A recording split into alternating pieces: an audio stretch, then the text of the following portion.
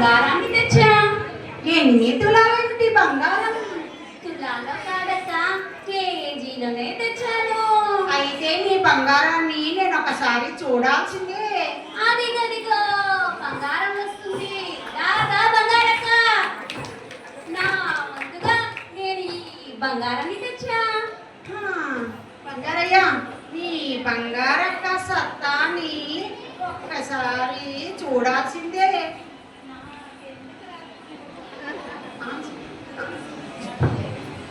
నాకెందుకు రాదక్క?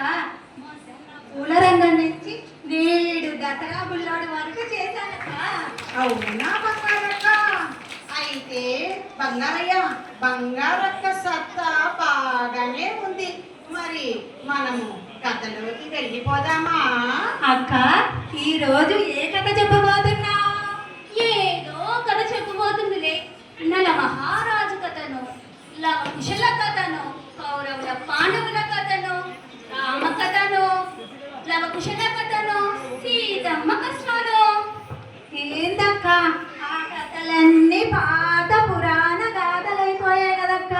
కొత్త కథ చెప్పరాదే మరి? సరే బంగారక్క, బంగారయ్య, మనం కొత్త కథనే చెప్పుకుందాం.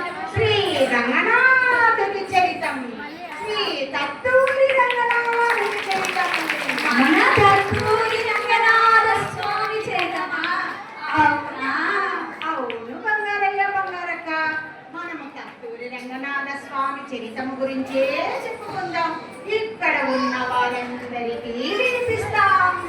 అయితే అక్క, ఈ రోజు తత్తూరి రంగనాథ స్వామి చరితము గురించి చెప్తావా మాకు?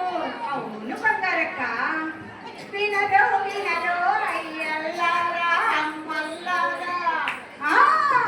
వినరో వినరో అయ్యల్లారా అమ్మల్లారా.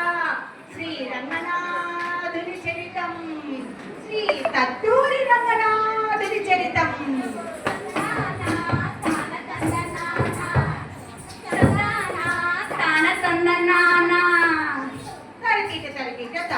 నంద్యాల జిల్లా జోపాడు బంగ్లా మండలం. నంద్యాల జిల్లా జోపాడు బంగ్లా మండలం. నందికొట్కూరుకు 8 కోసుల దూరములో ఉన్న మన తత్తూరులో మన కోసము ఆ రంగనాథ స్వామి వెలిసినాడయ్యా. శ్రీ తత్తూరి రంగనాథ స్వామి.